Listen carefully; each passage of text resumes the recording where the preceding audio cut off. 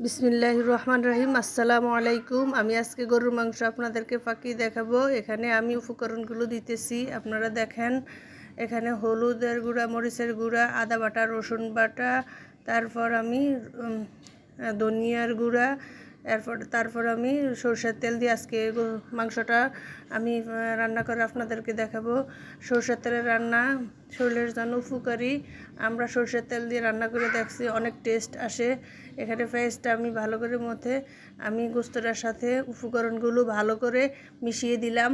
মিশানো দেখেন অনেক ভালো করে মিশালে কি হয়, মাংসর থেকে যে পানিটা আসে, পানিটা দিয়ে গোস্তটা কষানো হয়ে যায়।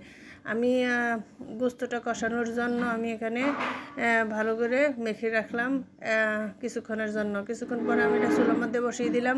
চুলার মধ্যে বসিয়ে কষানোর জন্য ভালো করে এটা কষিয়ে নিলাম। কষিয়ে নেওয়ার পরে পানিটা শুকানো হয়ে গেছে। এই পর্যায়ে আমি এখানে আলু দিয়ে রান্না করব, তো সেই জন্য আমি আলুটা আগে থেকে কেটে রাখেছি। কষানোর শেষ পর্যায়ে এখানে আলু দিয়ে দেব। কেটে রেখেছি, ভিজিয়ে রাখলে আলুর কষ্টটা ছেড়ে যায়, আলুটা খেতে অনেক টেস্ট আসে, টেস্ট হয়। এখানে আমি ঢাকনা দিয়ে ঢেকে দিলাম কিছুক্ষণের জন্য। কিছুক্ষণ পরে আমি আবার ঢাকনাটা খুলে দেখব কষা কি হাল অবস্থা।